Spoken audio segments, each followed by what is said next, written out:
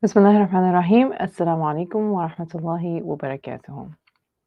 Jazakallah khair for tuning in for our live. The topic suggests as if there are many secrets to reveal. And I just kept thinking, how am I going to, inshallah ta'ala, address the topic that we will be discussing? And of course, teens are a very beautiful age. If we have the right kind of parenting tools, we can definitely have the best kind of relationship with our adolescent children. May Allah subhanahu wa ta'ala protect our children, guide them, bless them with best of health, best of iman. I mean, what do the teens don't want their parents to know? So let's start with the teens and their brain development at this point. If you are a parent of anybody who is between the ages of 8, 9, 10, and up until let's say 2021, well, you have seen a lot of mood swings, you have seen a lot of tantrums, you might be seeing differences in how they're perceiving things, and there might be some sort of rough years here and there between. And those rough years are the years where the brain is developing, where if you have ever read The Teen Brain or any of the books regarding the adolescent brain, which is actually highly recommended for any parent who has children between these age groups that I just mentioned, starting from 8, 9, 10 up until 20. It's highly recommended that you read or you hear podcasts about how the teen brain is developing. And the reason for that is we usually think that when our children have grown a bit more taller, become a bit more bulkier, or are even taller than our heights, then they have somehow become adults. Whereas that's not the fact. The chemical changes, the emotional changes that are happening in their brain are not, they are not yet ready to handle the world like we as adults are perceiving it. Number one, their experiences are way less as compared to ours. Yes, their knowledge might be, and definitely, I do not deny the fact that if a teen is well read, even if it's on internet, even if it's on social media, then yes, they have a kind of knowledge, they have a kind of lingo that the parent might not be familiar to. Um, Also, they are heavily influenced, and we all understand this, that our teens are heavily influenced by everything that's happening around them. They're at a very impressionable age. What the teens don't know and don't want us to know, number one, is that they are very impressionable. Anything they hear, anything they see, anything that they want to connect with, it happens like this. They do not have logic behind everything. And I'll give you a very good example from the very start. There was a 16-year-old girl, and she talks about how she wanted her one day, one night at 11 p.m. Her friend calls her and says, "Oh, it's I really want to go and eat warm cookie doughs at a certain place." And this girl, 16, who's narrating the story, she says that I thought of two things. My teen brain, and she mentions my teen brain thought of two things. Number one, at 11 p.m. at night, I go and knock at my parents' door and I tell them, "Oh, my friend is saying this, and we want to go do this." Well, parents are going to say, "No way! It's a weeknight. You are everybody's already in bed. It's 11 p.m. It doesn't make sense. So just go to sleep. Tell her to go to sleep as well. We will see about it tomorrow." Logic, right? But her teen brain told her, her normal teen brain told her, well, you know what? They're already asleep, probably, and nobody is like awake. And my friend really wants to go, and I think it's a good idea. It will be good adventure. So what she did, she thought she would slip out of her room balcony.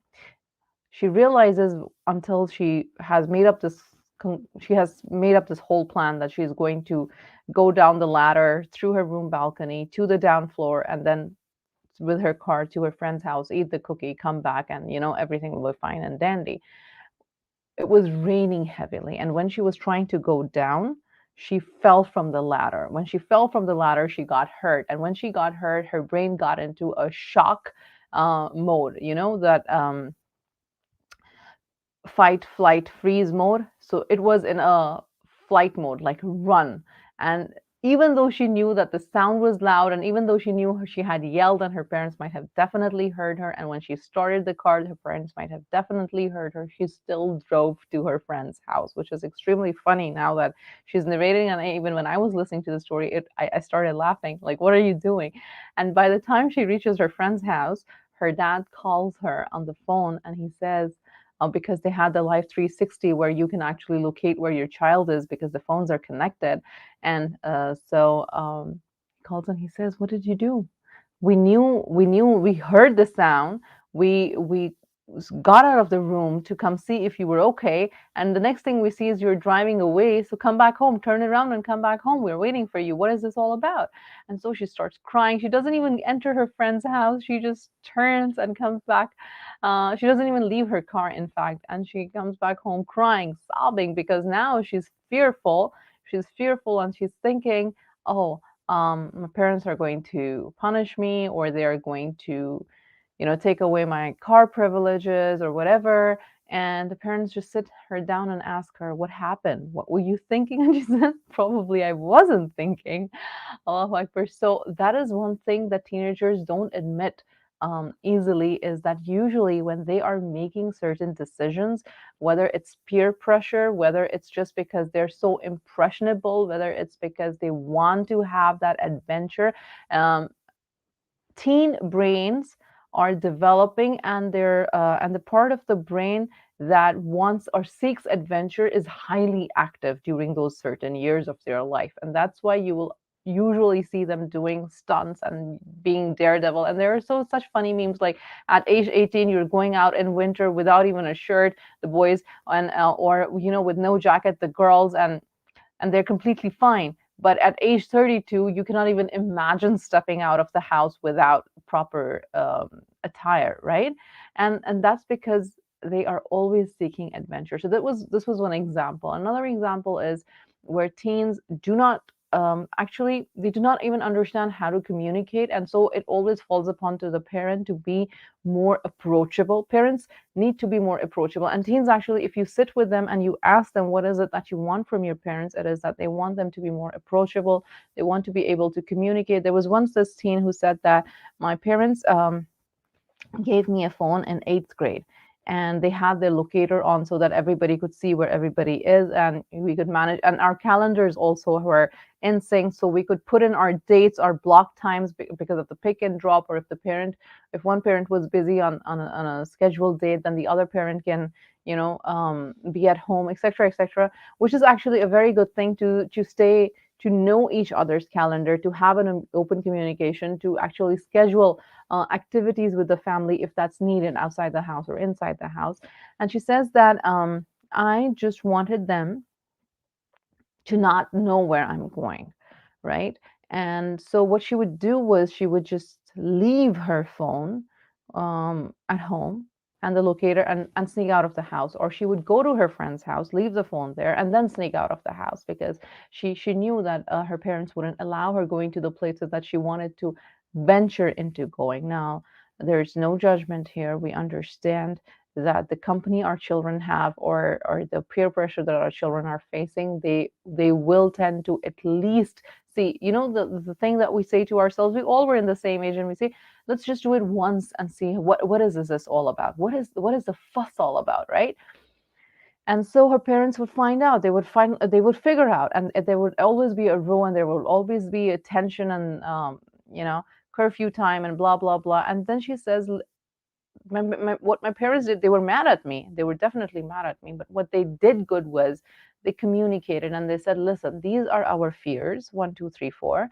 And this is what we have experienced in our past, or what we see in the stories or around us. And we are afraid that that might happen to you. And then the child was able to say, well, the more you retaliate, or the more you push me to comply, and this is a word that the teens use, comply, to obey, to back off from my demands, then the more I'm going to push against you.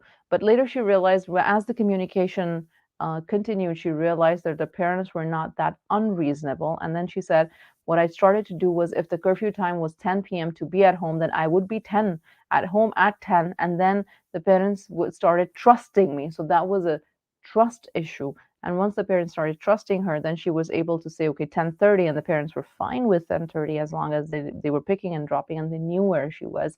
It was okay with them. So another thing that the teens don't say it out loud, but wish that the parents would understand is we are we are approachable. If you talk to them, they will talk to you. What are the times when you should talk to your teen? Definitely not when you're trying to reprimand them. Definitely not when they feel guilty or they feel um, being cornered. That's not the time. But then somebody would say, oh, the teen always feels cornered, or the teen has this idea in their head. And it is true. It is true. The children, generally children over the spectrum, like from whenever they can start talking to whatever age, even if you see them as adults, really have a preconceived notion that the parent will not understand. And where does this preconceived notion come from? It definitely comes from our past interactions with them, but it also comes from the stories that the teens specifically tell themselves. And sometimes they have not even talked to you. Sometimes they have not even brought up the topic. Sometimes they have just thought everything in their mind, and they have just developed a preconceived notion that this is not going to happen, or my parent is not going to be open to this idea. And this is what the teens don't tell us. But again, how are we going to know?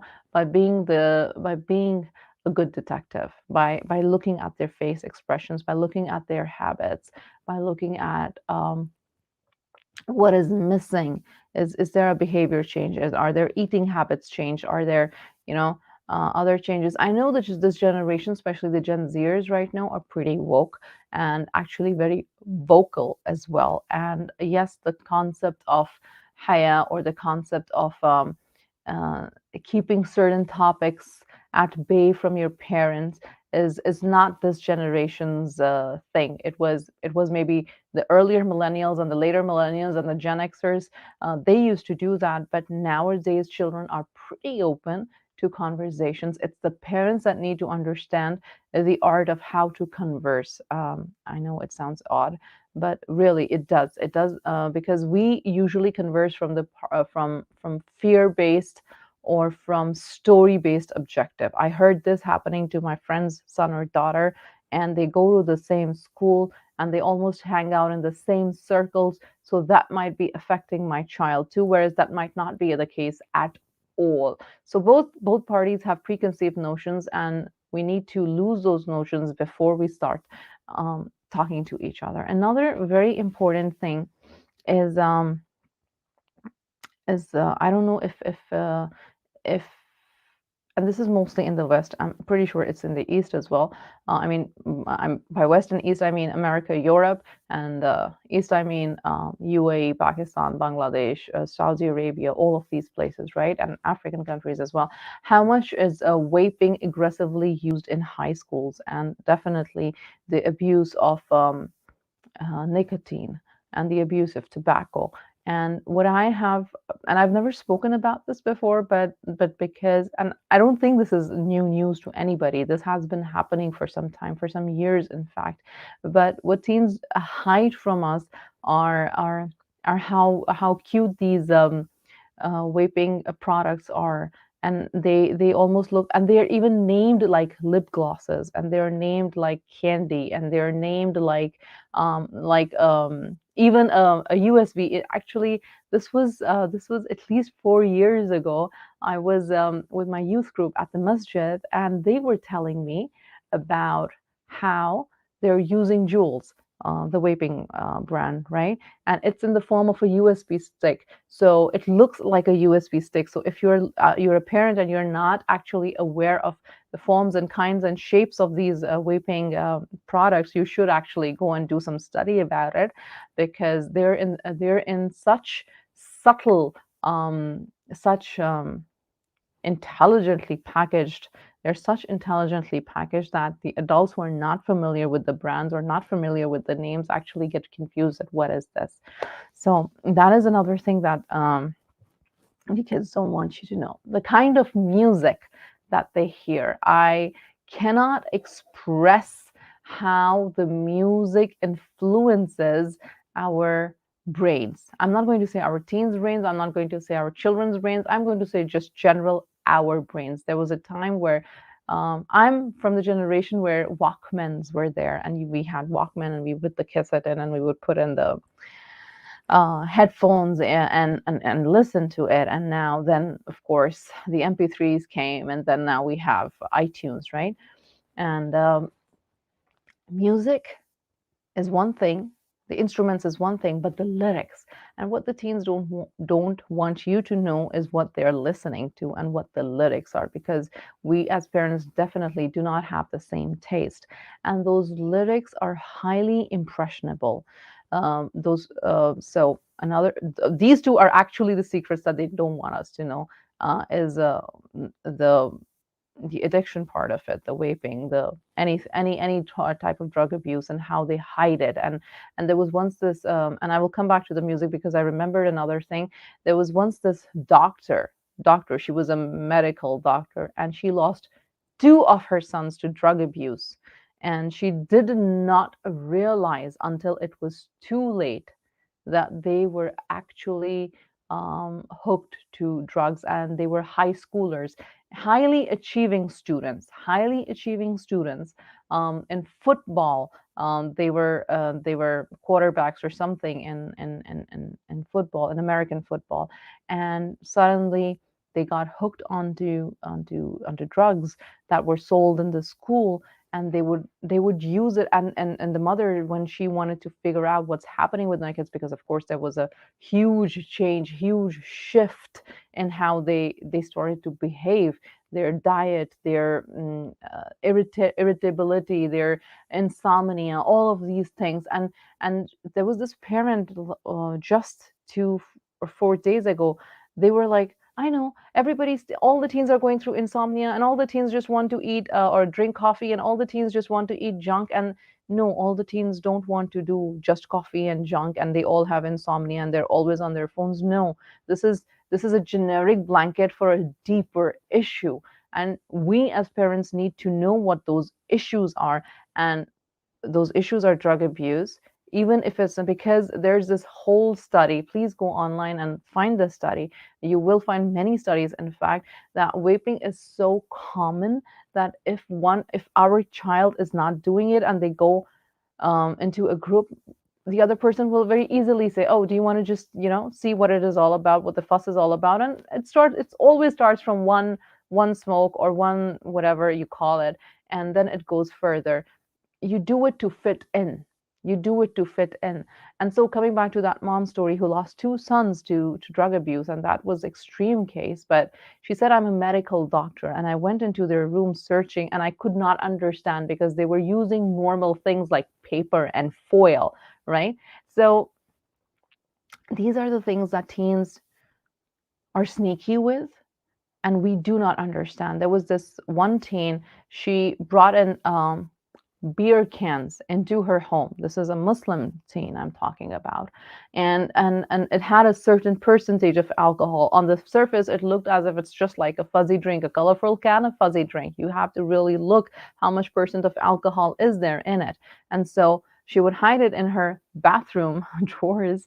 And one day mom was cleaning and she figured out, and she at first she thought these are just cans, and I don't know why she's kept in the bath. She actually wanted to take it out and put it in the fridge or put it on her bedside. By chance, she actually read the fine label of how much percentage of alcohol was there. So things are very colorfully wrapped into objects that we think are common, that we think are harmless, but they are harmful. And it is a parent's job, especially in this age. I'm not saying all of these things to have imaginations, to have wild imaginations. As mothers specifically, we do tend to have really wild imaginations when we start having trust issues. No, Don't have a trust issue unless until you know for sure the trust is broken. And still, again, if the trust is broken, please repair the trust.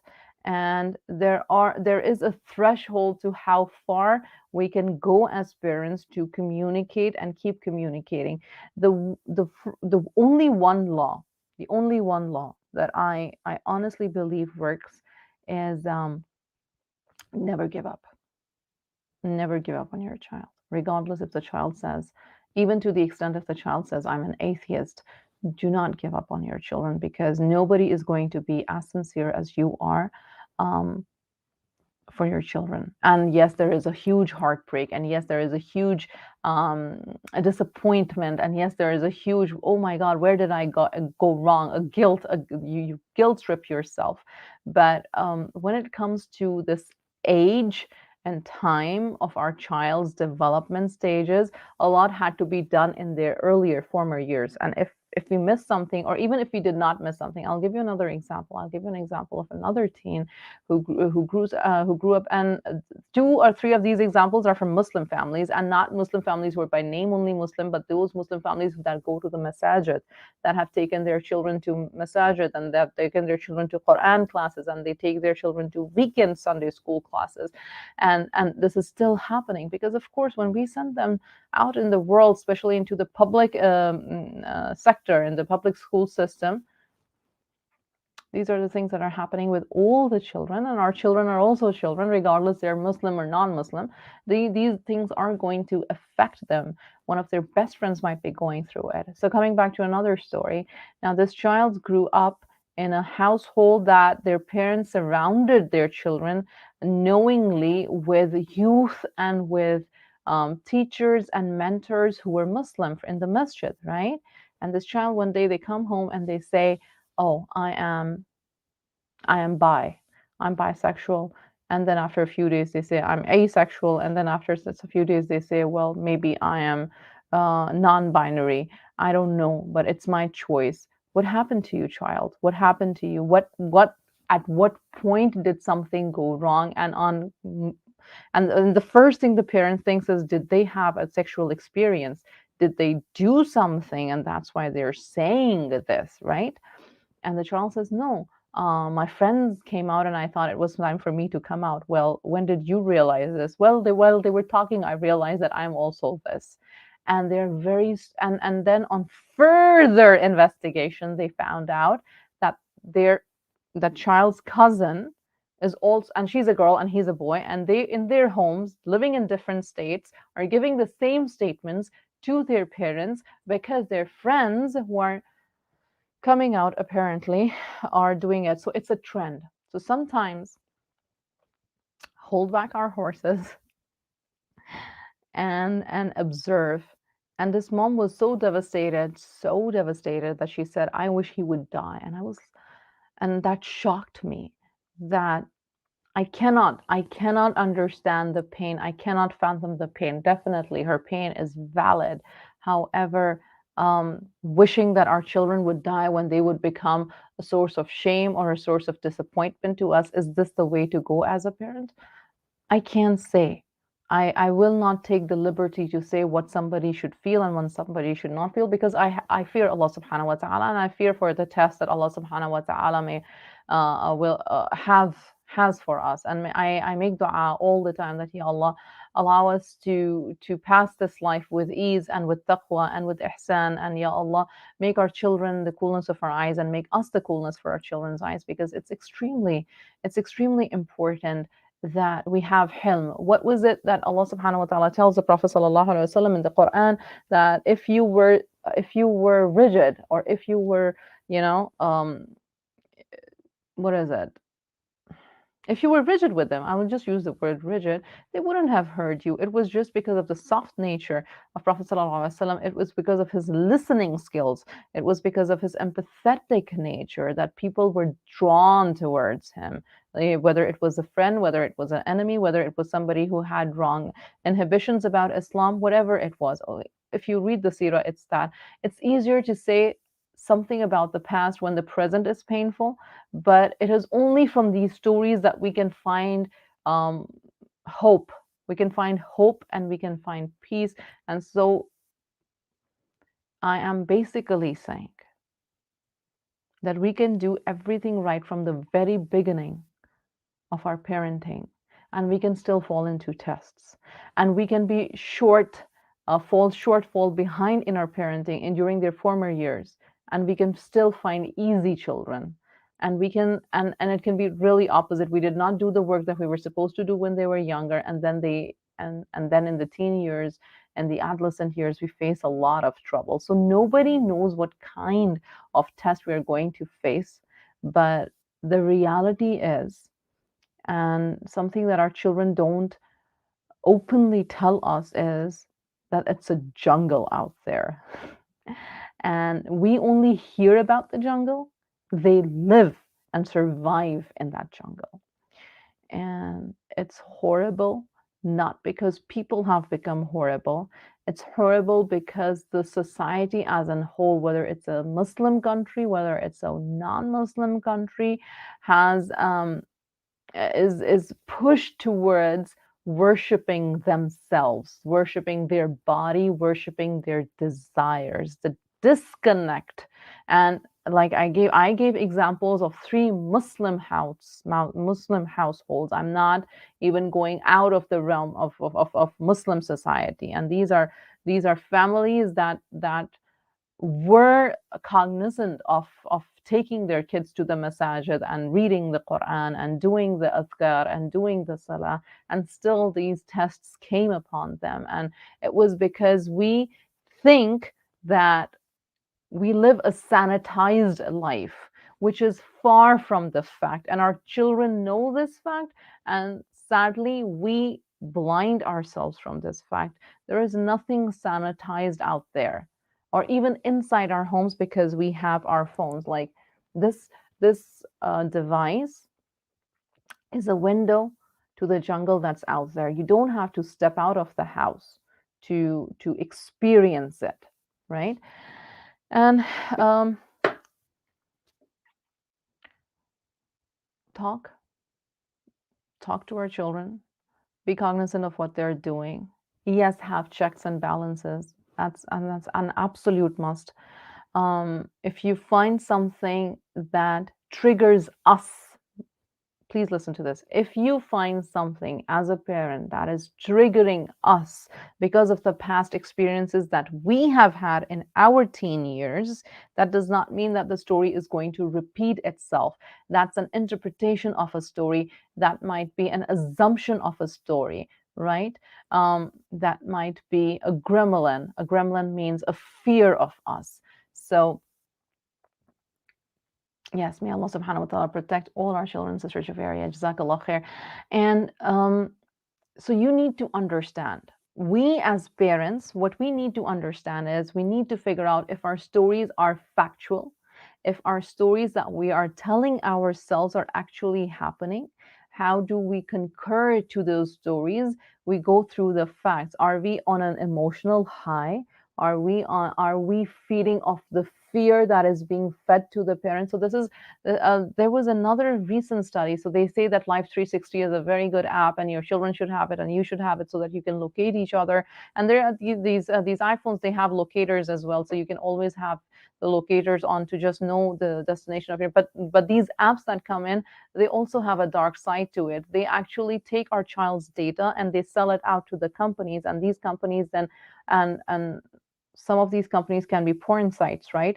And they sell this our child's information out there into the world, and then they, through different games and different apps, they start pushing different agendas to our children. Why has there been actually a Senate holding for the founder and owner of Instagram? Why? Because they don't have parental controls. And I've seen this factfully, that if a child enters their age and their gender, then a certain kind of illicit material is pushed towards them. Snapchat does that, Instagram does that, TikTok does that. We all see, I'm so like, I'm like, we as adults see so much vulgarity. Just can we imagine how much our children see? Can we save from? There is no saving. So I want to say this in today's age and time, there is no saving the child. There is no safeguarding the child, especially the teens. The music, the atrocity that they push towards our children, the garbage, the garbage. You can't save them, but you can talk to them. That is the difference between the parents that we had, and that is the difference between the children that we have. They did not need to tell us or talk to us. They would just expect from us.